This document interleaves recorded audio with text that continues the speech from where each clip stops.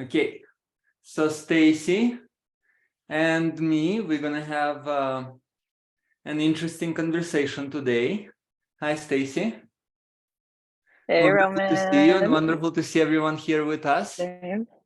So my name is Roman from the Paititi Institute, and Dr. Stacy, right? From New York. From New York. Yeah.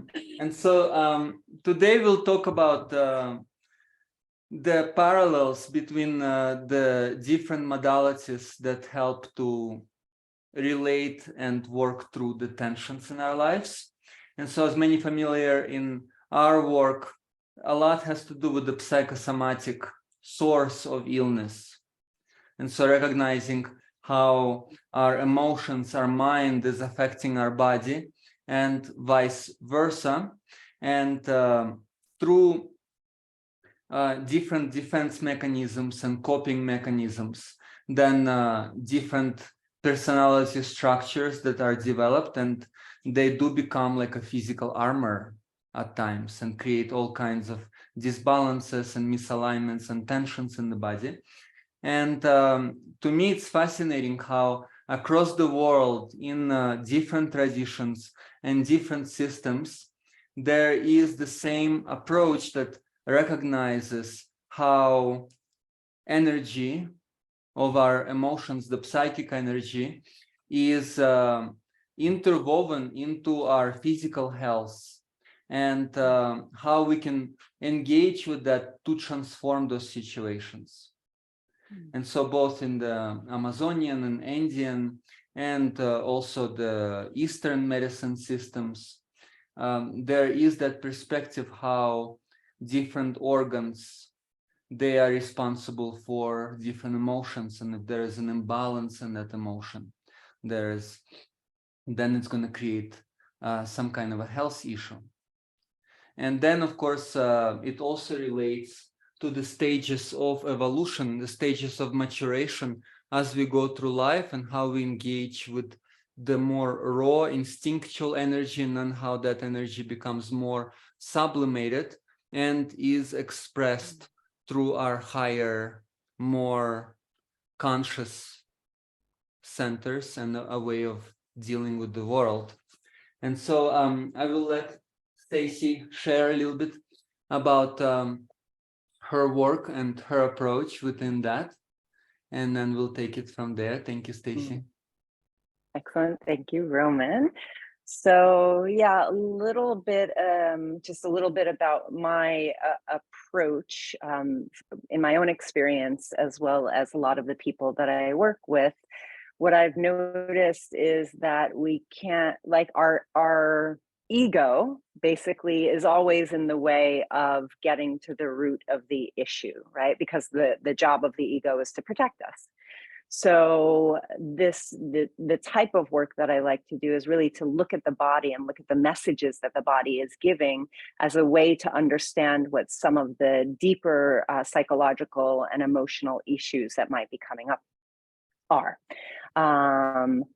So the thing that I'd like to focus on today is what's called character structure analysis. And the basic premise of character structure is that when we have issues that are chronic and or intense enough during developmental times in our lives, specifically in utero to about 10-ish years old, that when these experiences create unresolved emotion,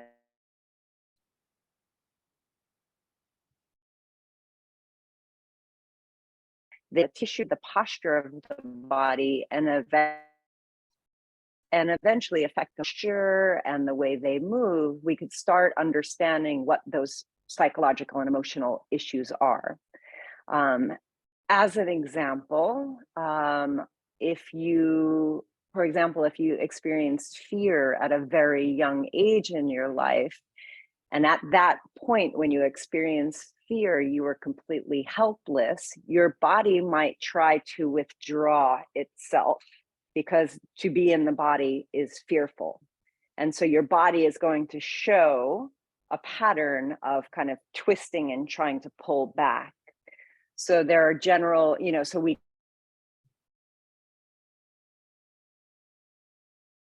can look at directions that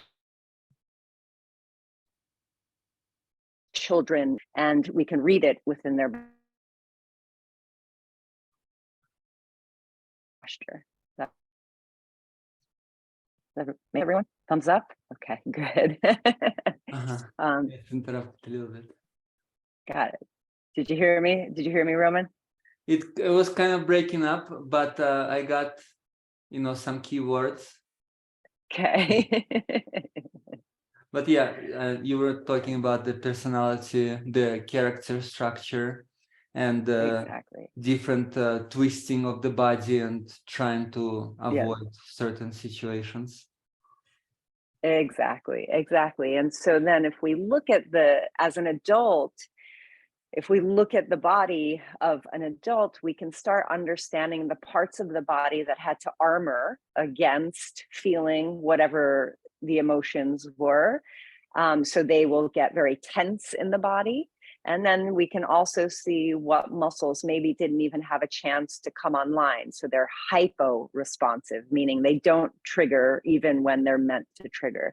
So we can see these common patterns of hypertense and hypotense muscular patterns in the body. And that corresponds to different beliefs, different different emotions that might be present, different patterns of thinking and feeling, different patterns of interacting with people, different patterns of speech. So it can all really be mapped onto the body. And then the good thing about that is then we can use the body to start shifting the way that we are sensing things, literally the sensory organs. We could change the way that we're sensing things, which change the way that our nervous system processes things. So those are our thoughts, and ultimately the way we feel, our biochemicals. So we kind of reverse engineer things through the body to get them to start releasing. Yeah, it's quite interesting because I see that it can work from both sides at different times. So in my life, for a long time, I had what is referred to as the upper cross syndrome, right? So it's like kind of guarding the heart with the shoulders and hunching them. And then there's like this curve in the upper back and an excessive kind of reverse curvature. In the lower one, that was creating a lot of issues and problems in my body. And at the same time, no matter how much I would try to physically correct it, it never happened until I addressed the actual emotional source of that. And so then once I was able to trust more in the heart and in the ability to stay open with what was bothering me, only once I did that, then I was able to start straightening up. So it was kind of like, there's this armor, unconscious armor. And until there is a conscious resolution, at least in my own life to a certain degree, then I would not be able to unlock the physical armor. So there's like some kind of a inner key for recognition why I shouldn't have this irrational fear that I'm just bound by. And then once I'm able to work with that and bring light into the shadow, right, the fear of the unknown, and then I can relax more on the physical level as well. So I find that, they do support each other. Sometimes, there's more physical effort, sometimes more energetic, emotional effort. But I do find that a lot of it, they kind of like have to go step into step together. Yeah, I totally agree. And when I talk about body armor, I don't just mean working through the body, but it is that top-down approach and bottom-up approach where you're working on the emotional part as well as the physical part. Like no amount of exercising is going to get you to release your character armor. Right. It has to be in conjunction, side by side with the emotional aspect of that. Yeah, for sure. Yeah. Yeah. Because I mean, God knows I've worked out my whole life and it has never healed alone. It has never healed my character armor. Uh-huh. In fact, I would say that sometimes exercise can be building onto character armor. So, for example, if you see people that are, bodybuilder, they're using the physical muscle to protect the Mhm. vulnerable Mhm. self inside. So Right. yeah, Create not like a exercise on its own for strong sure. image and hide behind it in a way. Exactly. And interesting, Roman, what you mentioned in terms of your character armor of that collapsed Uh-huh. chest and rounded upper back. That's what's called the need structure. So Mhm. the need structure, there's typically some sort of interruption between about 3 to 6 months and about one year to 1.5 years. And that age is really when the child starts being able to regulate their own cycles. And what I mean by that is specifically, for example, with mother, the child starts being able to say, yes, I want food, or no, I don't want food. Mhm.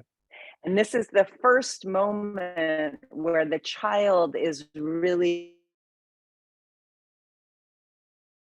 yes, no, don't want that. So it's a very, uh, childlike, baby-like form, but this is where that pattern starts coming from in life.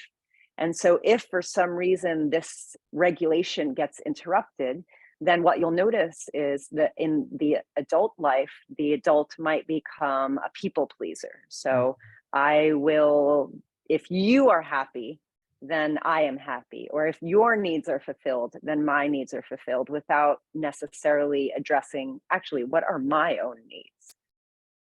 Mhm.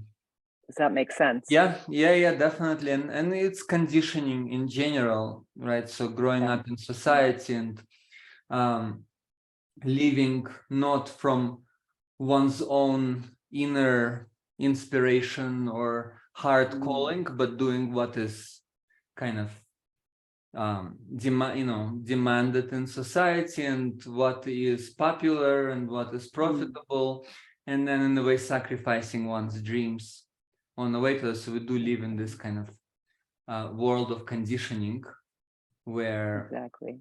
um, basically the upbringing, the programming of society makes us doubt in ourselves and in our own potential and need to be told by others what to do, and the values of life governed by the TV images and things like that. So Right. definitely it goes into many different layers of our life. And Mm, in my own life it was just um, also related to that conditioning. And of course nobody teaches parents how to be parents, and all kinds of needs for the house that need to be provided, and different interpersonal issues. And so then of course it's also part of this hero's journey, right? So to see how in my life I've depended upon external circumstances to provide that which could only be found on the inside.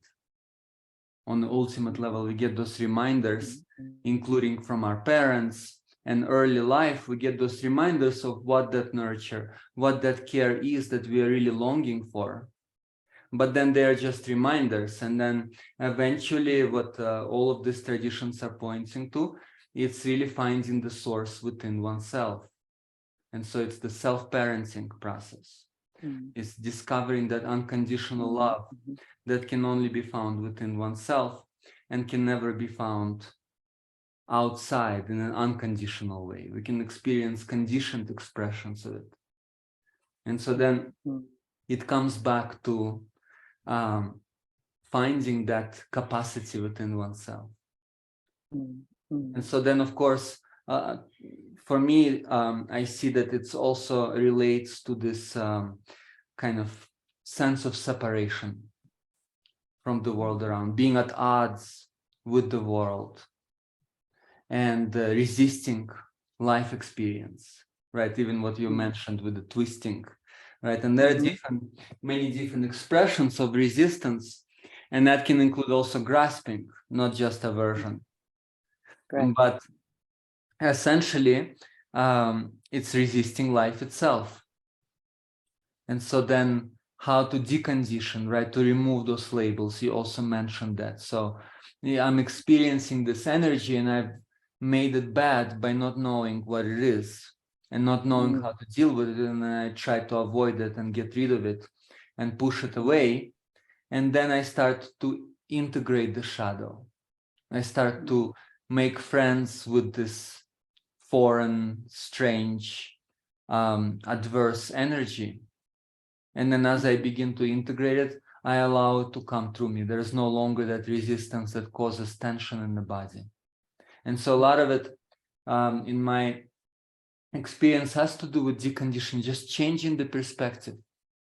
It's such a small thing to change the angle of perspective, but it can make all the difference in the world.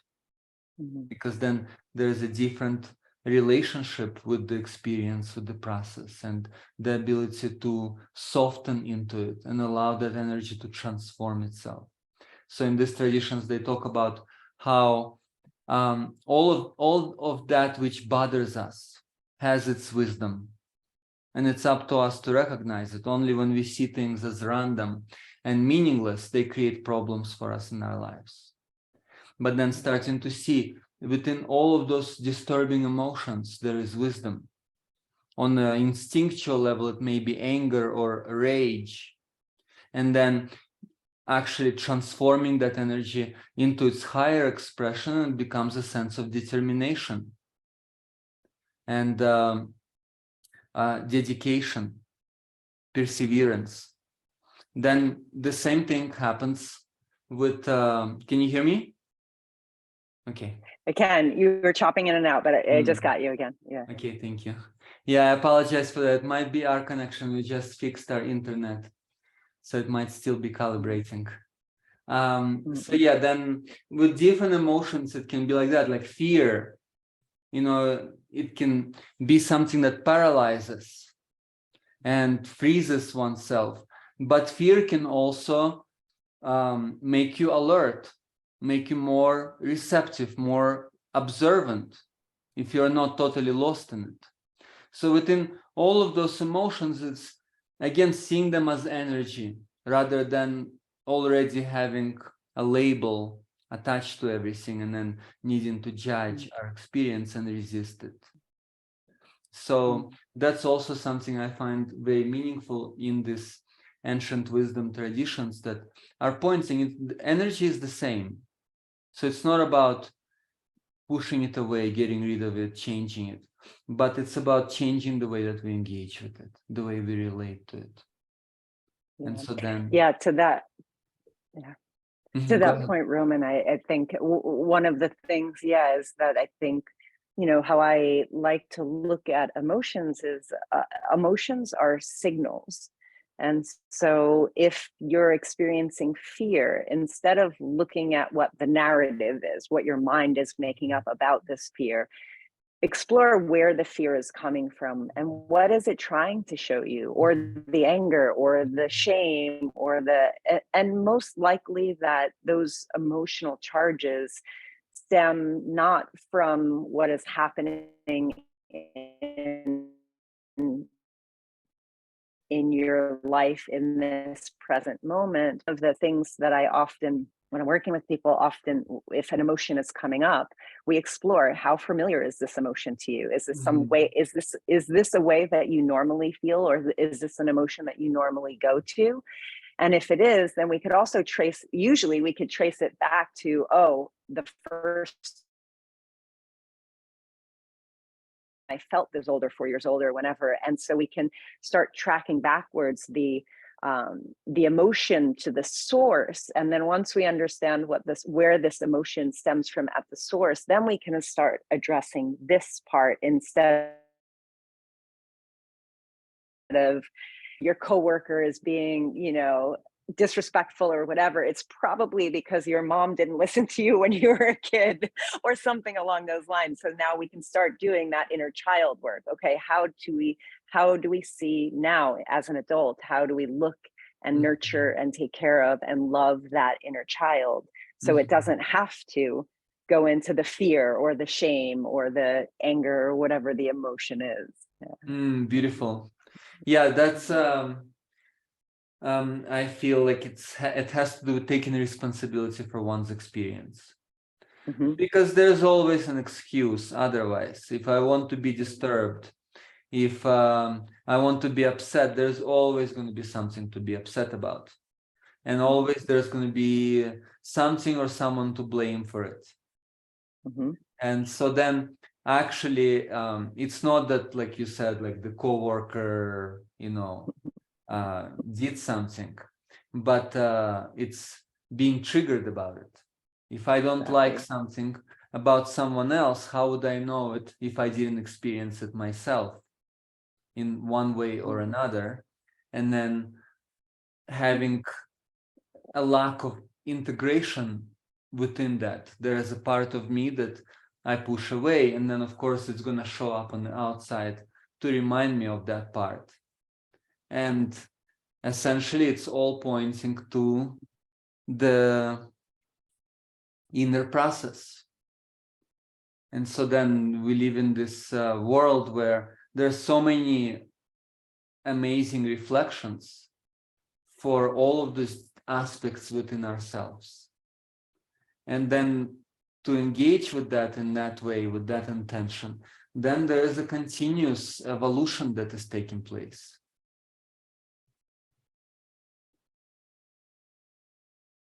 Hello? Then it would lead me directly to myself.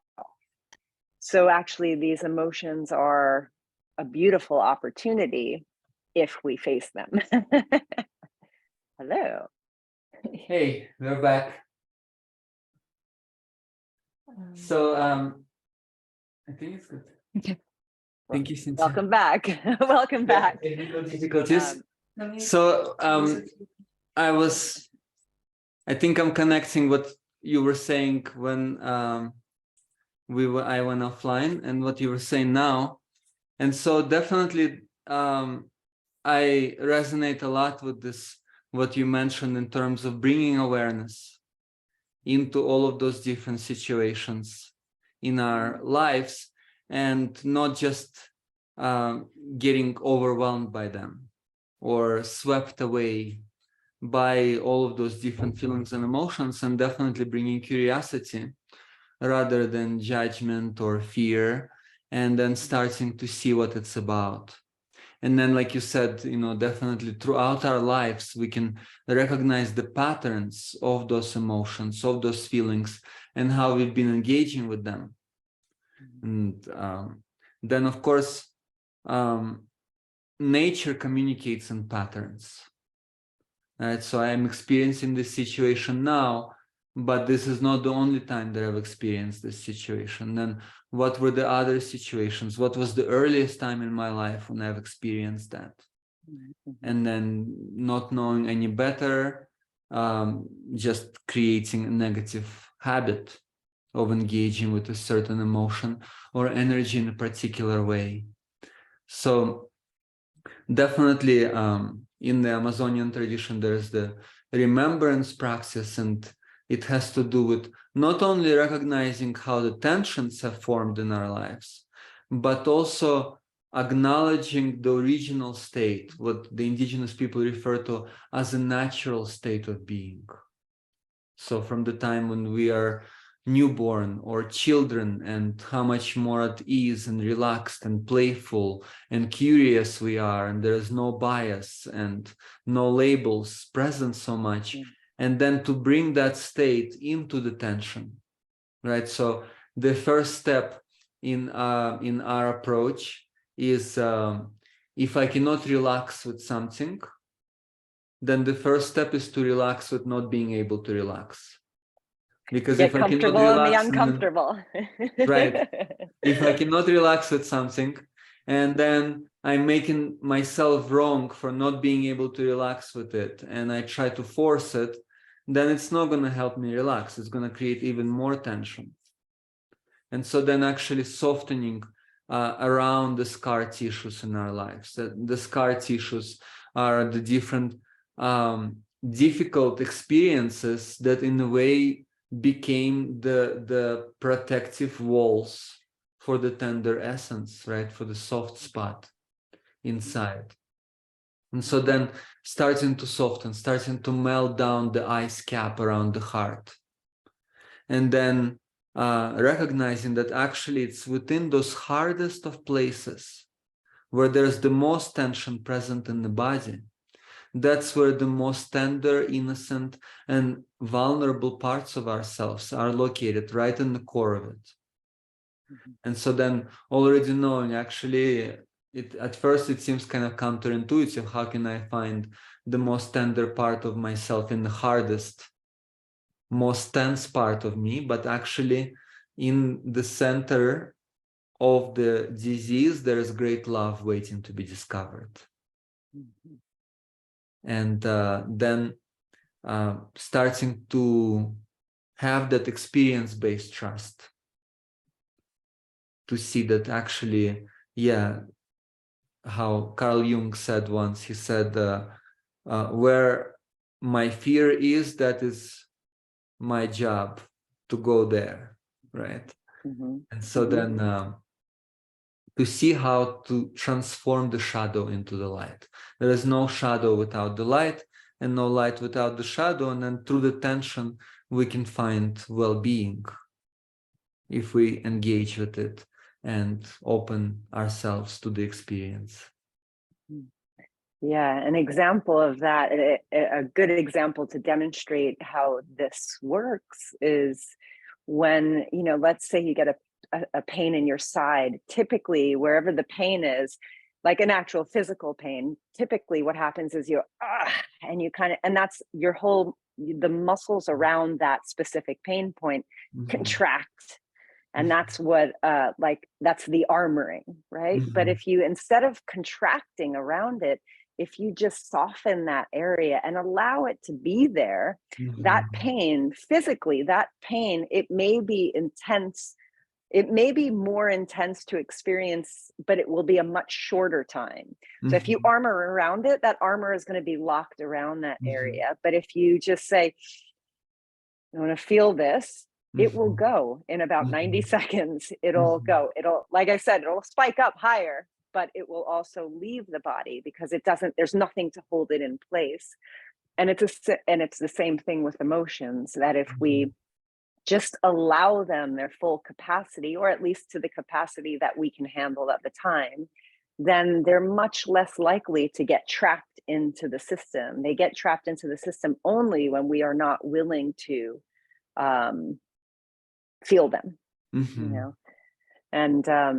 and to that point, you know, when we do armor against feeling the quote unquote negative emotions, we're not just armoring the negative ones, right? We are armoring the positive, quote unquote, positive ones as well. So if we're looking for more joy or peace or happiness in life, but we are not allowing ourselves to feel this full capacity of pain or discomfort, then we're also armoring against the capacity for the positive feelings. Mm-hmm. So I think it's quite, in terms of just, you know, being alive,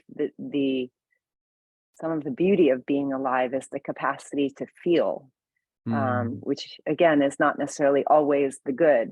It's quote unquote, you know, it's the everything, the capacity to feel everything, and allow it to kind of go through us instead of holding on and locking or avoiding. Mm-hmm.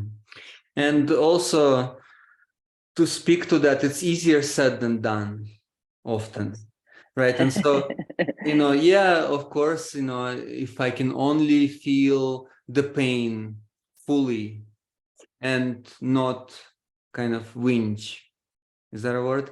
So, or if I can experience this emotion to its peak without getting swept away by it, but actually, in order to do that, there has to be some threshold of trust of oneself that I am capable of opening up to this pain and experiencing the pain rise and reach its peak, and then by itself dissipate without trying to fix it, without trying to do anything about it. And to actually accomplish that, it's not an easy feat, because there is this monkey mind that starts to freak out and becomes frantic. What if it never goes away?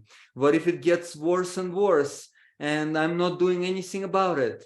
And it's going to be the end of me. And I have to do something right now. And the same thing with the different feelings and emotions. And this is why I mentioned the practice of remembrance, where there is this gradual process of discovering that experience-based trust. It's not blind faith, but it's like, okay, I can be a little bit more open than I thought I could. I can be a little bit more and a little bit more and a little bit more. And I keep getting those positive reaffirming experiences. And often in a gradual way. It's not like, just this huge leap from one extreme to another, but just little by little getting those confirmations that actually I can do a lot more than I think I can. And I can be more present. I can be more patient.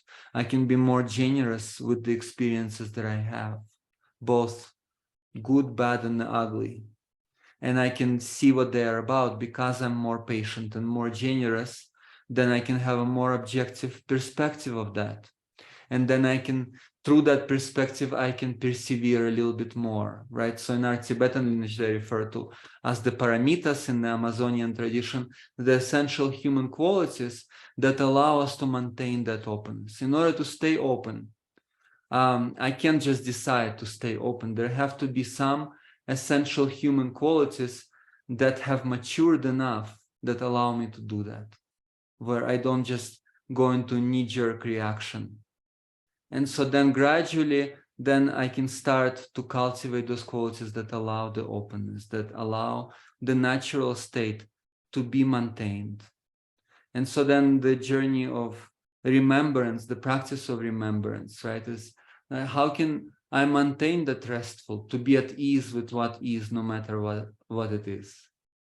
And so then to make it into a continuous practice in all life circumstances, and not throwing in the towel when it's hard, and not kind of like overdoing it, not kind of jumping right into the worst trauma of life right away, but then starting to work with small disturbances, small traumas, and then gradually increase that momentum.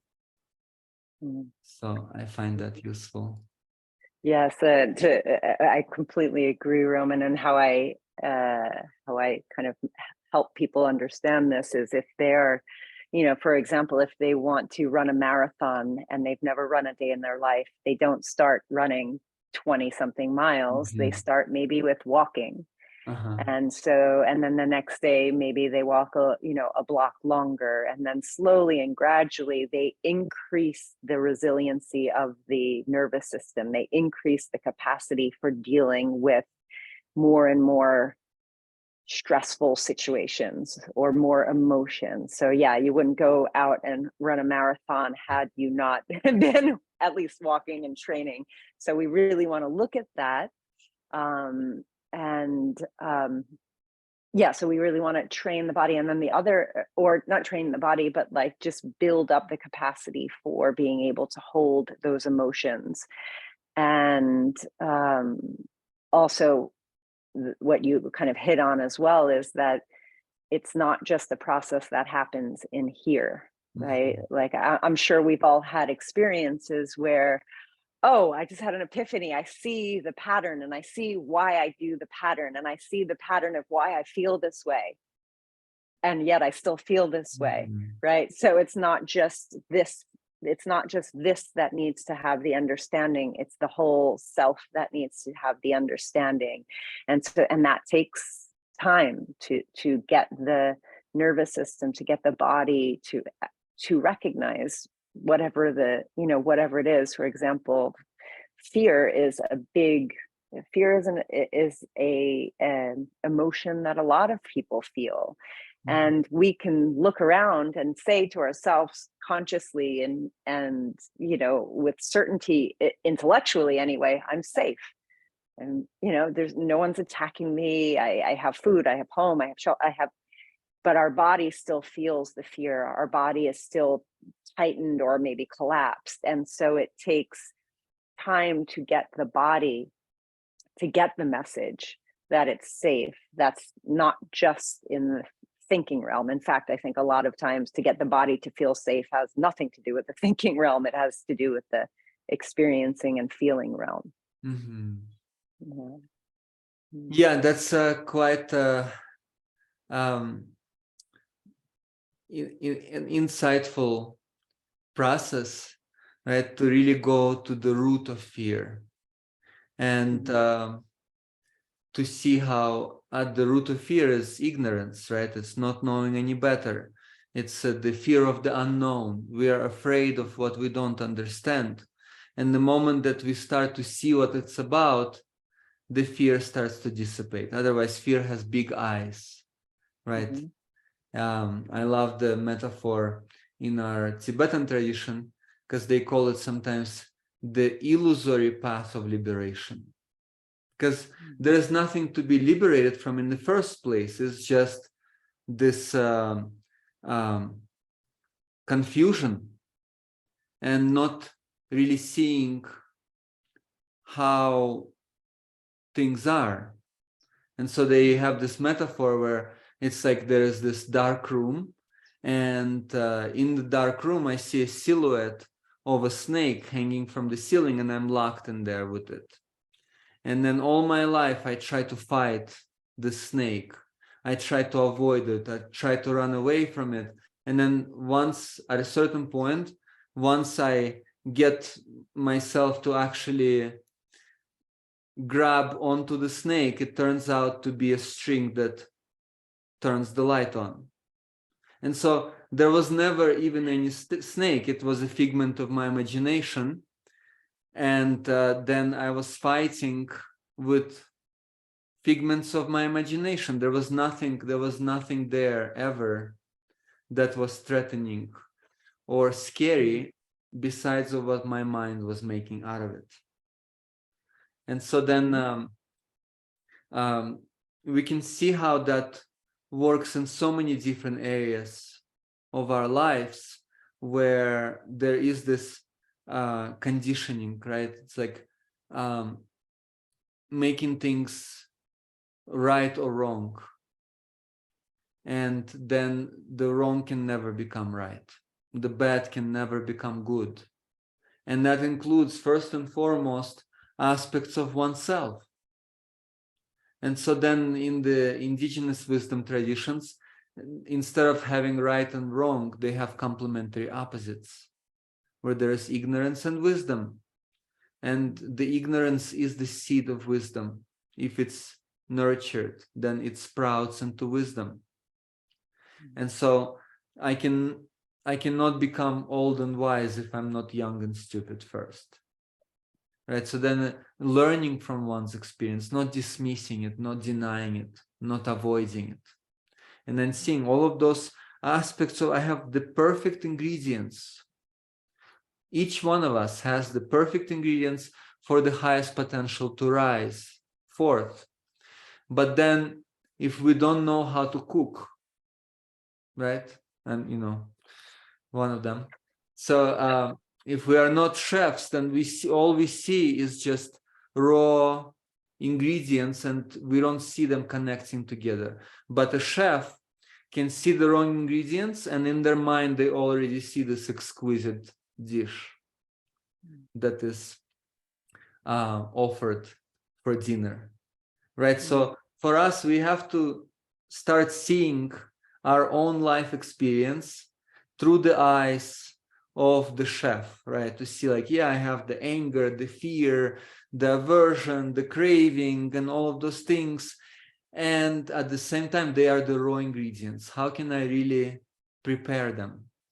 How can I bring them together for delicious food for thought to come forth, right? So I find that to be a very beautiful process, to see how in the midst of the shadow there is the jewel, the diamond of liberation.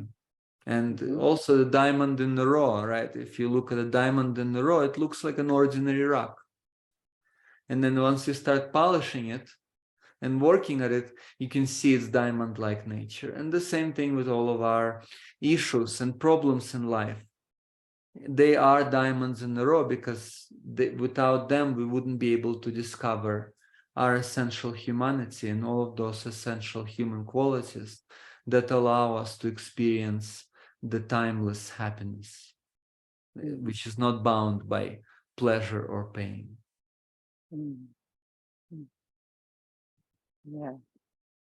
Yeah, that's so well said, Roman.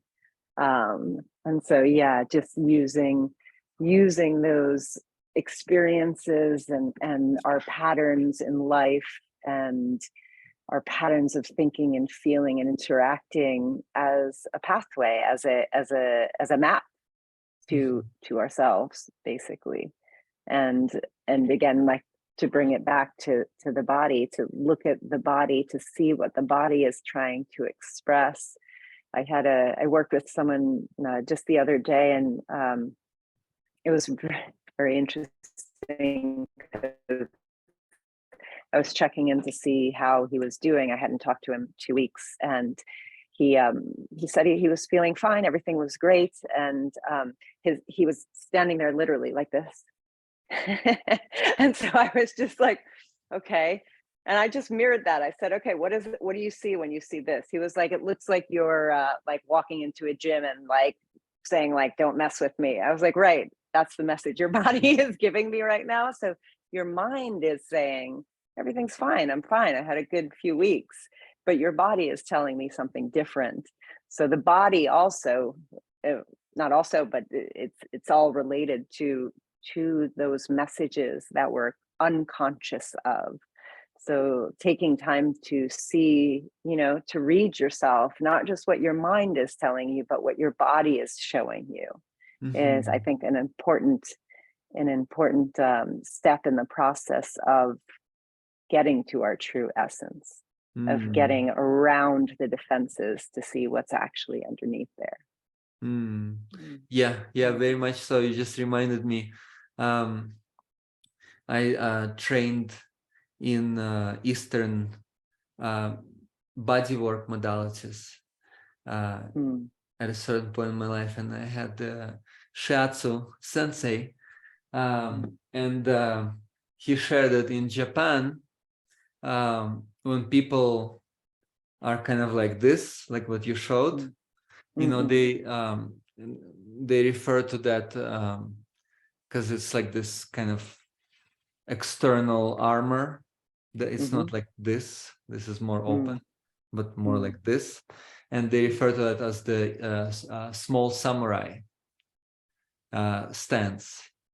And it's kind of like this overprotective position of the body that prevents the life energy from flowing, right? Because it's more kind of like to defend oneself. And then, of course, with this position, it's not just the muscles of the body, but on the emotional level, then it creates a blockage of the heart, right? So the heart meridian is on the inside of the hand where it's more soft, and also creates blockage of the lungs, right? They're also on the inside of the leg, of the hand, the pericardium, the small intestine. So the small intestine is connected to discerning ability, and then it's just going into this kind of like stupor in a way, where there is no discernment, there is no heart present, there is no reciprocation of the oxygen and the breath that is happening as much, and it's this kind of like lockdown, shutdown position. And so then, of course, it can affect, the lungs, the small intestine, the large intestine, all of those organs. The immune system will become compromised because it's overused when it's not needed. So it's fascinating to me how, this energetic medicine systems, they address it, both from the muscles and the physical organ functioning and the emotional energy that is flowing through. And how it is all interconnected, like you were mentioning before. It's not a linear system, or it's like either the body or the mind or the emotions, but in reality, we are a fluid combination of all those aspects, and it's happening simultaneously at the same time on all of those levels. And so then, of course, we can place our awareness into one of them for the sake of discernment, but they're all functioning at the same time. So I just wanted to add that. Yeah, exactly. And it reminds me too of, there are, so as an example, one of the character structures is called the rigid achiever structure.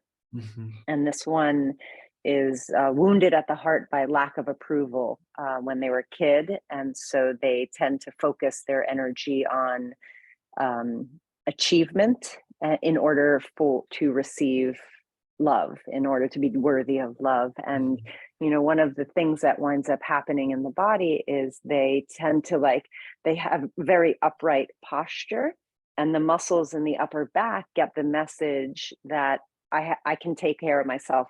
I don't need any help. I can handle it all myself, and I can take care of other people, but nobody can support me. And that's literally, that's the same center that is related to love, self-love, and love between people and the universe and the earth and all that stuff. And so it's a direct one-to-one message of, I can do this all myself, but then the heart is the one that's related to interpersonal connection and love and all that stuff. And oftentimes you'll see with people who have this particular structure, they'll have heart issues or different, for example, in women, breast cancer is prevalent for this type of character structure, or sometimes things with asthma. So it is, again, we are interwoven beings. These systems are not individual. They are, they are overlapped in a way, and not even overlapped. It is one complete whole. So you can't affect this without affecting this or this or this. Yeah. Also, I find that it's not just, like you said, it's not random experiences that happen to different people, but they are stages of evolution of consciousness. And so both in the Andes and in the Amazon and in the Eastern spiritual traditions, they relate to certain evolutionary energy centers in the body that have different elements that are associated with them, and also particular stages of transformation that we experience through life. And so then on the lowest, on the most basic level, it's the survival instinct, and it's also the community support, the family. And then if that is not addressed in our lives consciously, then it creates a lot of fear and survival mentality and mechanisms like that. Then we go into the subsequent centers if the previous ones have not been resolved, and there's already a disbalance, a distortion present. So then if I haven't found that support in my life early on, and then I had to just struggle, like you were saying, for attention, for nurture, for approval, I had to earn my love, I had to be worthy of it, and never found the resolution, then I go into the next energy center, which has to do with the water element. And then I try, it's a center of kind of conditioned relationships. It's like I have to learn how to share. I share my toy, you share your toy, we play together. Every child has to learn that. And so then instead of having this reciprocity and sharing, there is this need to get unconditional support that has not been received beforehand. And then sacrificing one's own values just for the sake of that approval, even if it's just for an instant and it's not unconditional. And then becoming hooked on that, right? So trying to substitute that which was not found with a fake kind of imitation of it, or something that vaguely reminds you of it and does not give nearly enough satisfaction, but then not having anything else. And then from there, then that evolves into the fire center, the solar plexus. And then that creates a lot of unhealthy ambition and competition and just wanting to be better than everyone so that finally I can earn love, I can earn recognition, be worthy of it.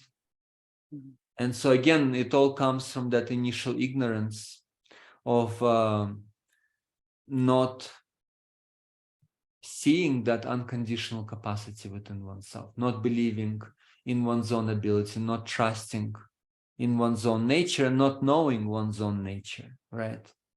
So lack of kind of deeper life experience, and maybe growing up in a society where we are in a way taught to doubt ourselves, to doubt our own heart, our own capacity, our own innocence, right? In our society, it's often considered to be a bad thing. If I'm vulnerable and innocent and open and tender, somebody can take advantage of me, somebody can manipulate me, somebody can hurt me.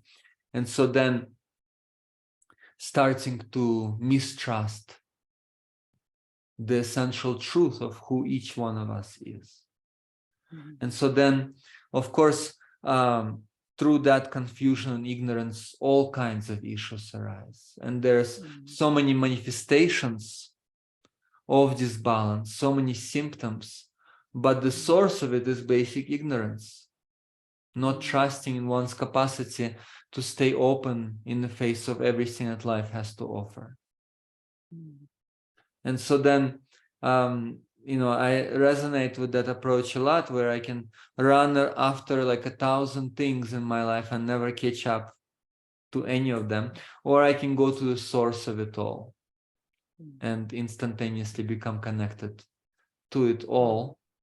And so then I find, we spoke about that with you before, how it is this process. It's not a random process. Oh, I relate to this dysfunction and someone else relates to that dysfunction. And at the same time, we all experience one or the other to different degrees at different times of our life. And they're not random, because we go through the same universal journey in our own unique way. So yeah, like I experience my own version of separation and confusion, but then everyone experiences their own version as well. And while the version is different, the confusion and separation is the same, right? It's the different flavors of ignorance that we're all experience. And so then to see how actually, sometimes I may start, okay, if my lower centers are more conditioned and disbalanced, then I may start from the upper centers to figure things out.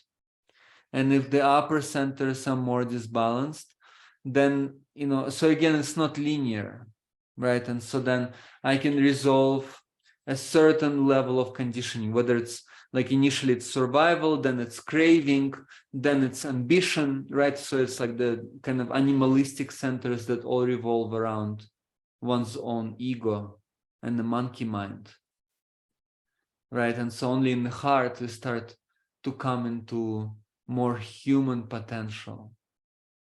But the first three levels is like either I need to survive and I'm ruled by fear, or I need to find some kind of pleasure and satisfaction and I'm ruled by grasping and attachment, or I'm very disturbed and I just want to become better than everyone and I want to fight with everyone, and then all of those three, they're based on the three poisons of the mind in our Tibetan lineage, which is the ignorance, the confusion of not knowing the open nature of the heart, and then out of that confusion, then pushing away what I don't like and grasping what I like. The more I grasp, the more it evades me. The more I push, the more it pushes back. And so then that creates suffering, right? At the source of suffering is the basic confusion and ignorance. And so I think it's important to remember that, because all of those methods and tools that we are sharing together, they are helpful, but at the same time, they are tools. And at the core of it is consciousness, right? Is this realization. It's not a path of accomplishment or personal development, but it's a path of realization, realizing what has been here all along. And then, of course, then to realize it in a steady way, then all of those essential qualities, they need to be cultivated, because I can realize it, and in that glimpse, all my problems go away, and then the glimpse, passes, and all the problems come back. So how to maintain the glimpse in a steady way? Yeah, and I'd like to add to that, which you were talking about too, that we all, our stories might be unique, but our, paths, like we all pass through evolutionary stages. Well, we all pass through developmental stages. Then it's our choice to see if we want to continue going. But even as a child, we pass from being completely helpless to starting to ask, regulate our own cycles or rhythms, when I sleep, when I wake up, when I eat, when I don't eat. And we all start to pass through this sense of autonomy of who am I. So as an example, I mean, you don't think of a 1.5-year-old thinking about, well, who am I? But that's the first time that they start being able to crawl and move away from mother or father. And so like that is the first time where they're like, oh, I see that, I like that, I want to go that way, I don't like that, I want to go that way. And so that is the first time where they engage in their own sense of autonomy. This is what I like, this is what I don't like. And then we all get to a phase where we're, okay, this is my sense of power. And that's the stage of development as, for example, a child. I think Aiden, how old is Aiden now? 2 years old is the... So the terrible twos, right? No, That's no, and why? Those are the prevalent. Exactly. So, and this is also the stage where they're very loud and noisy, and that's they actually physically they can pick up something that's heavier than their own bodies. So this is really a time in life where they're getting to sense their own sense of power. And then they're moving, the next phase would be, relationships. So outside of just the family unit, maybe, noticing someone that they care about and love, and how do they express that? And then when they get a little older and their prefrontal cortex starts coming online, it's like when they start developing their own sense of opinions, and I have a right to speak and be heard, and so do you. And so we all pass through these stages of development. And while, some of us may be interrupted in different stages, that there's a common thread to this path for us all. And that, like what you said, the tools that we might use to, work with whatever is coming up may be different, but that path will be similar. Mm-hmm. Yeah. Yeah, very much so. Mm. And I find that even this journey of being born from the womb, Mm. all of those evolutionary stages are patterned through also the physical development of the body. So initially, the fetus is inside the mother's womb, inside the amniotic fluid, and totally nurtured and cared for. And there is not a worry in the world, everything is provided. And so there is this very physical, tangible reminder of unconditional love.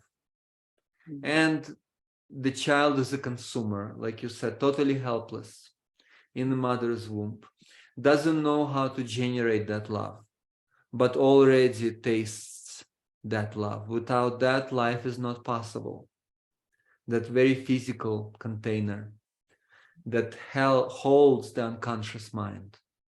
And then the wisdom of nature being born out of the dark womb of creation into the light of consciousness.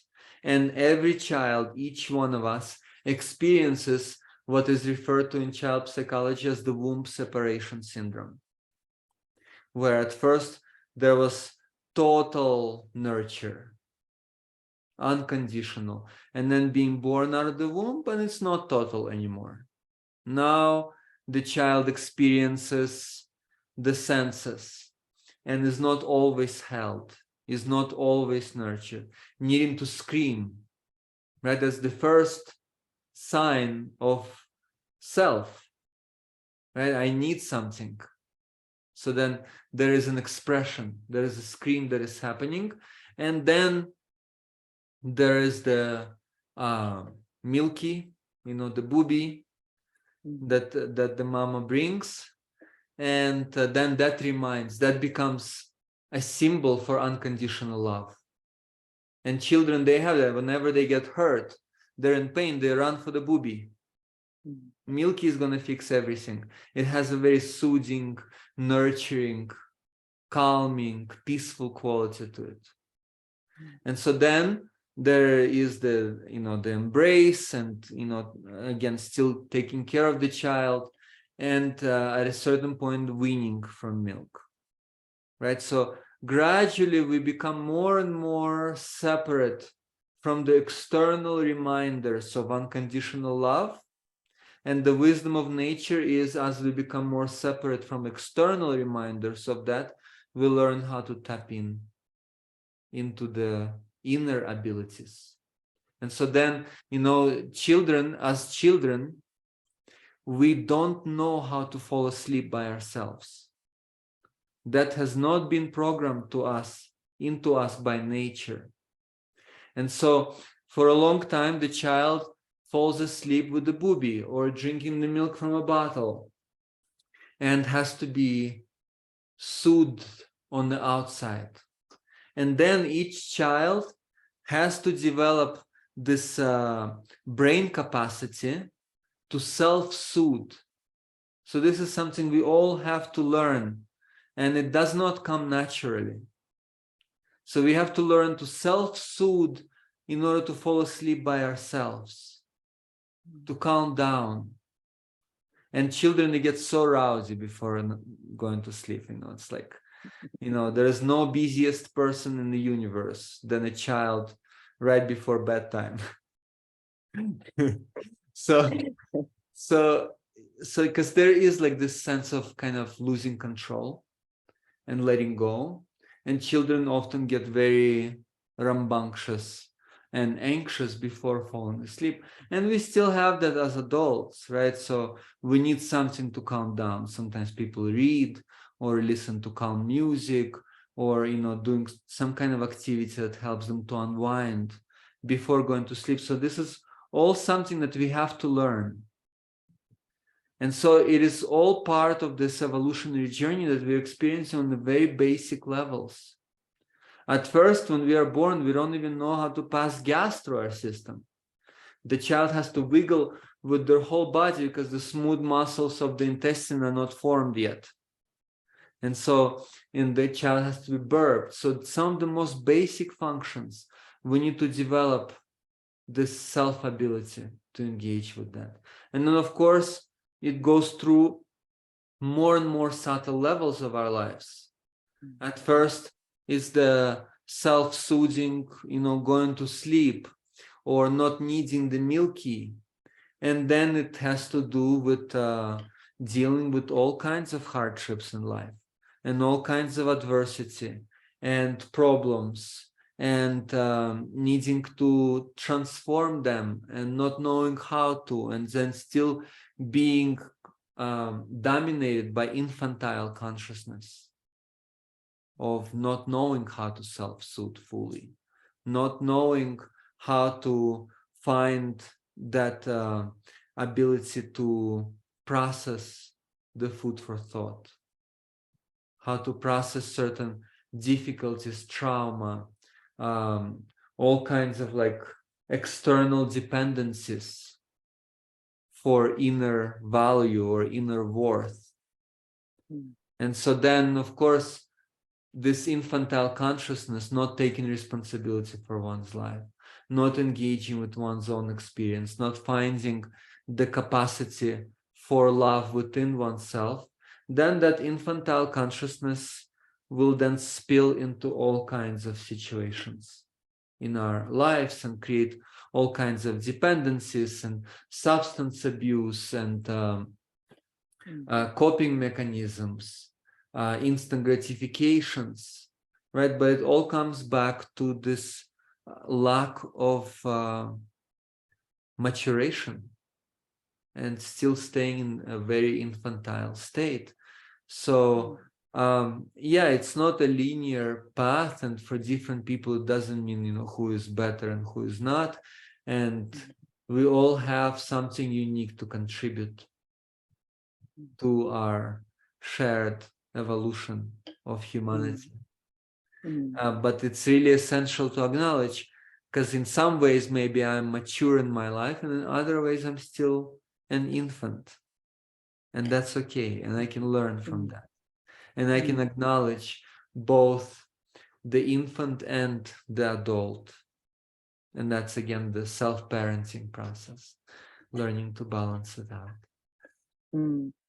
Yeah, and I'd like to add to that which you touched on is very interesting, because when we look at those parts, when we look at the things that trigger us, those parts are often, I would say always, I'll leave some space for maybe not always, but most of the time, that those are the parts that we're acting from that young age.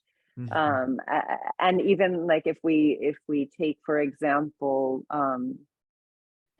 the idea of the narcissistic personality, let's say, well, we're all narcissists when we're kids. We actually do believe, in many ways, the world does revolve around us. We're born, we're completely nurtured, we're hungry, here comes the boob, we're cold, here comes a blanket. And so that if there is during any of that stage some sort of interruption, let's say, then our growth in that way anyway gets stunted at that very age.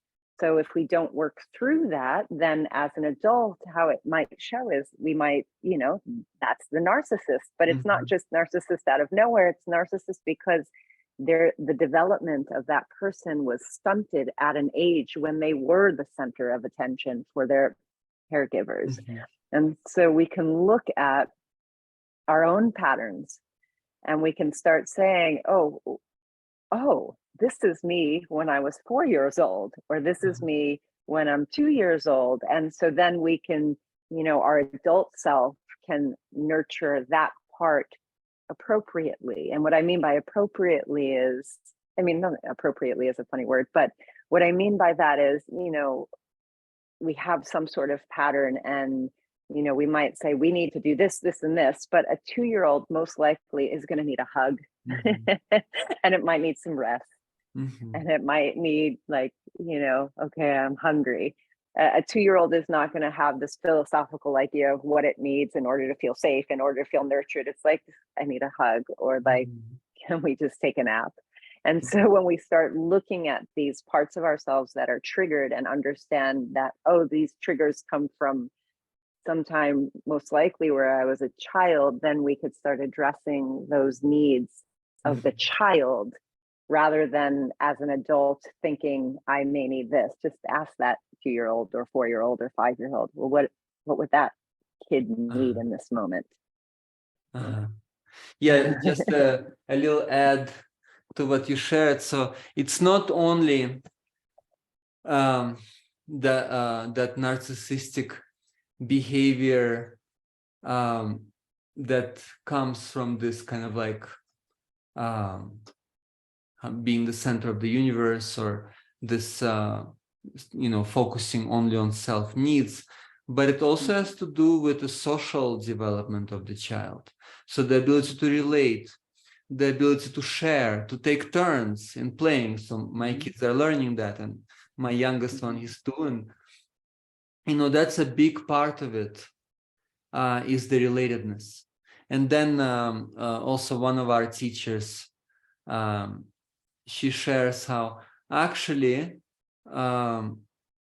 in a sense, we're all narcissists because we all have basic needs and dreams and inspirations. But then again, how to see the highest wisdom within that, because that in itself is not bad. So at a certain point in my life, I only cared about myself,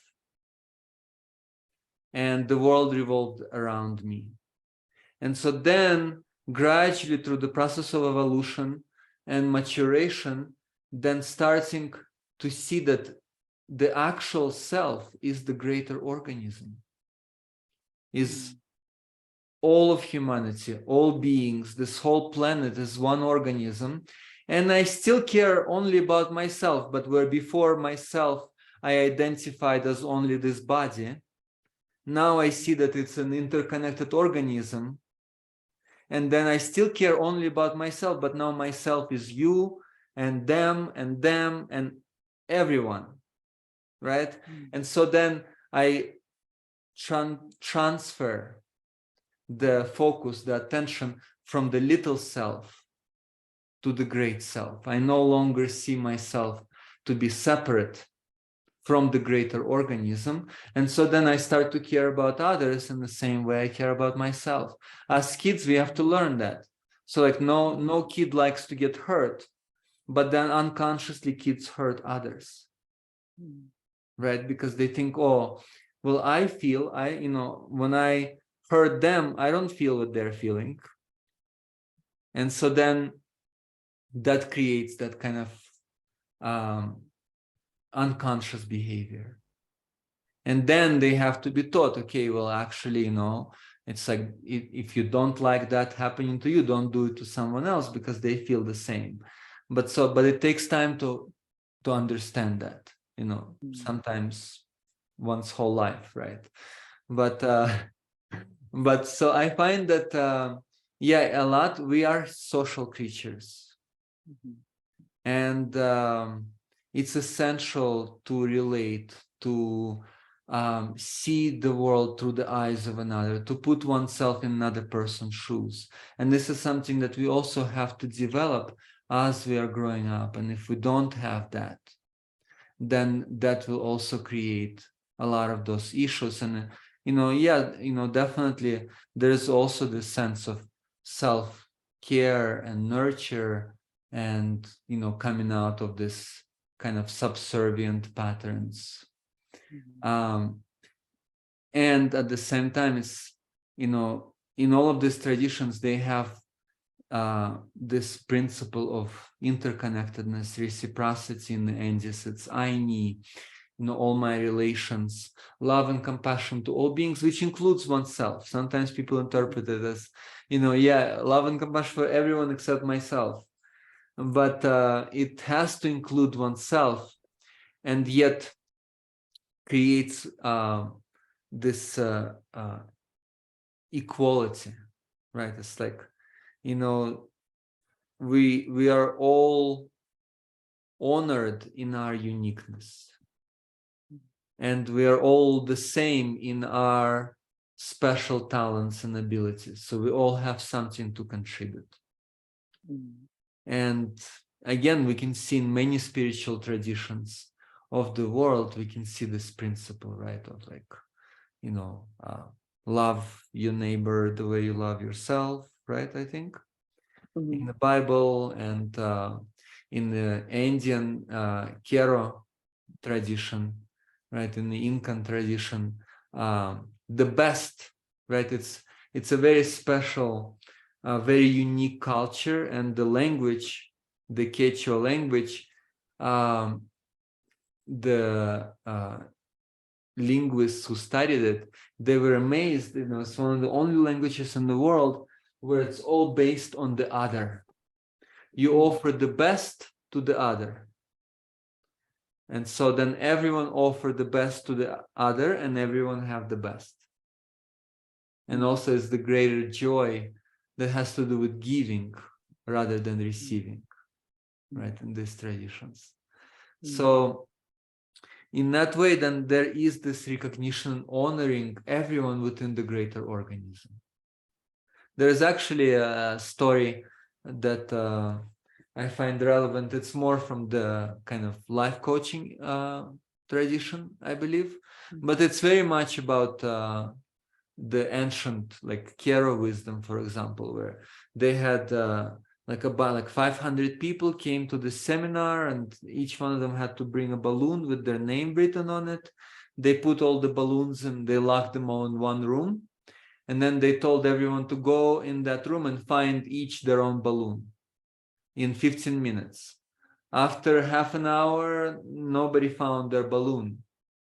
So then they did the experiment again, and then they said, okay, now everyone go into this room and grab the first balloon you can find, and then call the name and find the owner of that balloon. In 10 minutes, everyone had their balloons. Right? So it's this, like, when we wish to make others happy, then naturally we become happy, right? Because what goes around comes around. So I find that that's also very essential, is this, again, coming out of the sense of separation, right? Is this ignorance of being at odds, with the world. Yeah, and if we think about embodiment and apply that as well, I think in the West we think of embodiment as like in this body, which I think is part of it, but that also this body in the body of the larger whole, and that it's this reciprocity. That word, reciprocity of acknowledging and recognizing and being in a way that is in the whole, not just in this, the little self versus the big self. And in fact, I just had ceremony 2 months ago, I think, and one of the women was a beekeeper, or she had been, and she was talking about the bee colony and how if the queen dies, then the larvae that are being raised automatically know how to turn into a queen without any extra fertilization. Like, it was just the bee knows how to turn into a queen. And it's like, if you look at it as individual bees, it looks like immaculate conception in a way, but if you look at the whole colony working as a whole, then you start understanding, there's a need for a new queen, and they just know to turn into it. And so it's that, it's not, when they're not individual bees, just as we are not individual humans, we are part of this much larger dynamic exchange that's constantly growing and evolving and developing. Beautiful. Yeah, that's again, trusting in the wisdom of nature, the wisdom of life, the cycles, the rhythms. Exactly. Yeah. Beautiful. Stacy, so our time is coming, to completion. So maybe we'll have a few minutes if there are any questions. So I don't see any questions yet. So if you have any questions, please, you can type it in the comments or raise your virtual hand, and we can reflect on it. And today, again, we can definitely go more into it. We just got warmed up on this subject. So I think we can definitely have another session at least on this topic. You know, and again, we're just scratching the surface with this, but it does create an essential foundation for us to really start making sense of our life. And I find that it's very essential to question. You know, my favorite question is, what does it all even mean? Not just to take things based on their kind of superficial value, but to really make sense and relate it to one's life and make it relevant, make it real, not keep it kind of hypothetical or conceptual, and starting to see how it can be applied in a more practical way. So maybe if there are no questions, Stacy, maybe you can share some exercises. Kathleen has a question. Okay, great. Kathleen. Hi, I was just, hello, incredible session. I really enjoyed it. One of my questions is, there was something you had said earlier that I'm going to just completely mess it up.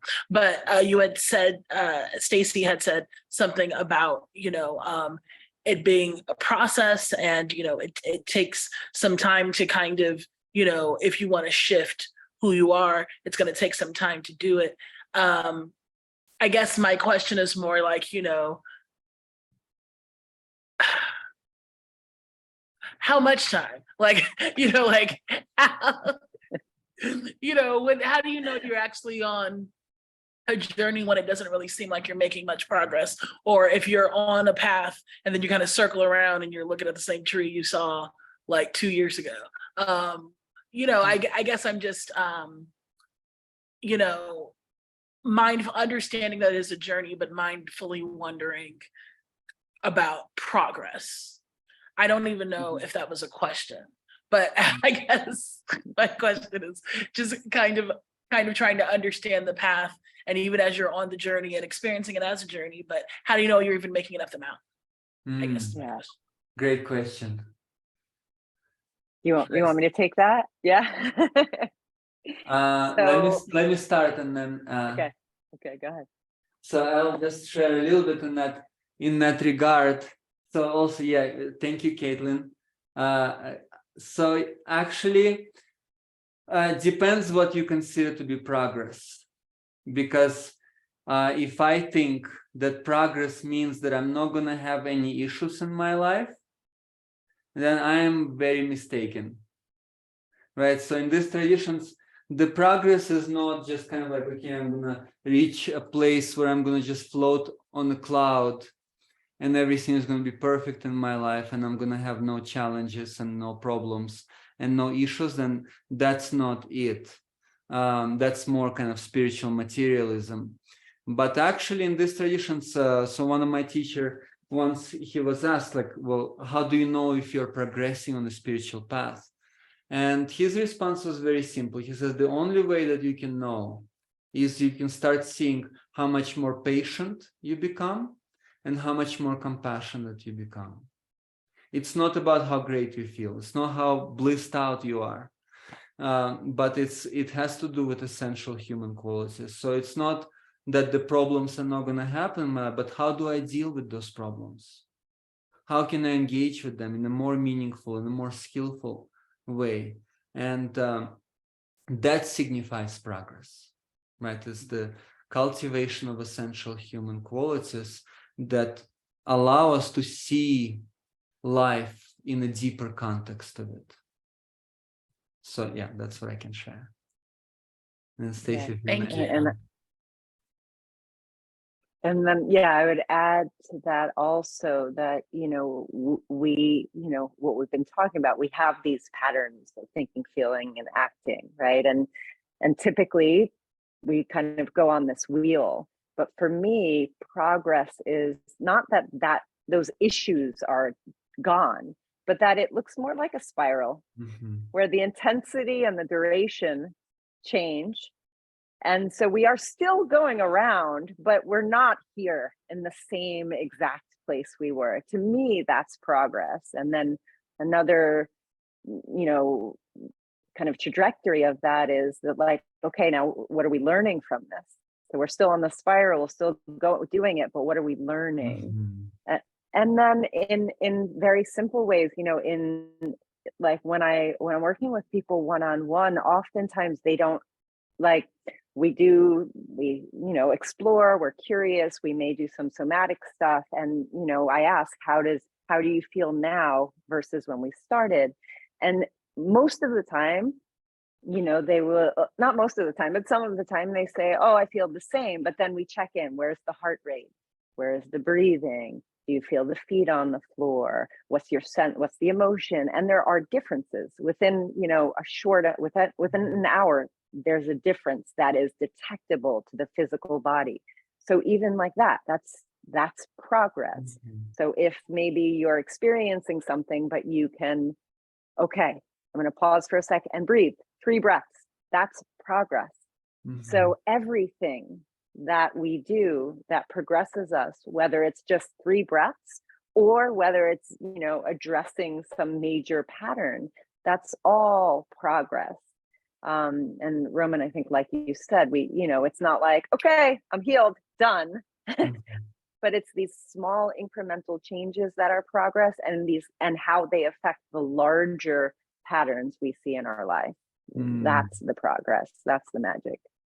Thank you, Stacy. Yeah, Thank just to chime in briefly with the spiral, I also find that very much the same.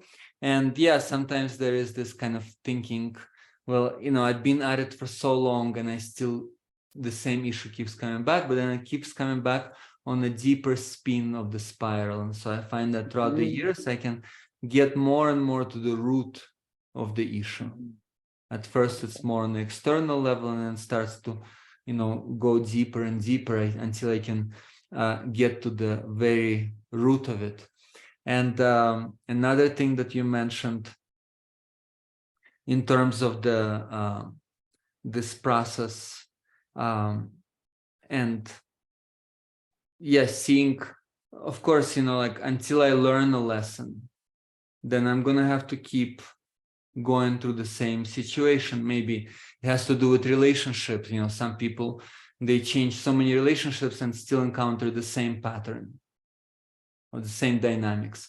Or it can be, you know, in a job where, you know, people change different jobs and then keep going into the same conflicts with their bosses or co-workers or things like that. So of course, to recognize that there is a lesson in there, and not just avoiding the situation and then, you know, meeting the same scenario on a different stage, but then really seeing what is it really about. And of course, also, like, how can I work through the not being bothered, not being disturbed? So that, you know, if I'm being disturbed, there's a charge there, and then I cannot see clearly what it's about. And then, of course, to make it real, that's the final point I wanted to mention. Within these traditions that we're working with, they say that before you can start practicing something, you have to aspire to practice for a long time, because I cannot practice something that I don't understand what it is. Yeah, I'm going to do some technique and I'm just going to follow the motions and I'm going to parrot and monkey move through something. But then if I don't understand what it's really about, I'm not really practicing. I'm just going through the motions. So it's essential to really take time and to really aspire to see, what does it really mean to practice? It's not this particular posture. The practice is not the technique. The practice is cultivation of the essence, getting real with oneself. And how can I do that? And then the technique can be a symbol of that, but it can never substitute it. So that's another thing about, you know, like sometimes like, oh yeah, I've been at it for so many years, but actually I haven't been practicing. I've been just going through the motions and thinking that if I'm just going to follow the instruction manual step by step, it's going to resolve my issues for me. But it doesn't work that way. There has to be a conscious process of insight, of realization, of engagement, making sense of it. And so it's not possible to reach resolution by following someone else's steps. Yeah, I can get inspired by someone else, but I have to apply it to my own life experience in a way that is relevant. And it's up to each one of us. Only each one of us knows what it takes for each one of us to relax, to unwind. And each one of us has our own particular self-soothing mechanism. And it's not something that can be imitated. And so at the end of the day, it comes down to really having insights into what it really means to practice instead of just going through the motions. So that's the final point that I wanted to mention. And I have another question that came in on my Facebook, which is, can one expect to regress or experience the need to relearn a lesson again? Definitely. Yes. Yeah, it's not a linear path. It's more like in a way, like strategic warfare, right? Like advance in one place and and go back in another, like sometimes one step forward and 3 steps back. And at the same time, there is meaning within that. So sometimes it seems like I'm regressing, but actually I'm establishing a more steady foundation that I can evolve from, right? Sometimes I have to hit that rock bottom so that there is a solid ground under my feet. And from there I can rise meaningfully. Yeah, and how I kind of see it when this question came up is that, like, in the stock market, right? You never go this way, or learning is never this way. It's always kind of, going that all over the place. And so that's kind of the process. And what I kind of look at it sometimes as is that, yeah, it's the lesson. If it keeps coming up, then needing to go deeper into it, or the invitation to go deeper into it. And then also sometimes I do think it's a lesson or a test, that the universe is like, okay, let's see, have you learned this? And that's I'm relating it to that solid ground of, okay, same situation, what are you going to do with this? And if you have the opportunity to make a new choice, or you can make the same choice, but that's a lesson as well. And so I kind of see it in this. But yes, regression, I mean, even if I'm thinking in terms of just fitness related things, we never are always running longer or lifting more, or whatever the category of physical activity that you do is. You never do more. You cycle in moments of rest and moments of lighter intensity, and so that's the trajectory of the lessons, of the patterns of life. It's never linear. It's never this way. It's cycling around and going in and out and weaving, and that's the fodder. That's where we experience life and learning and healing and growth.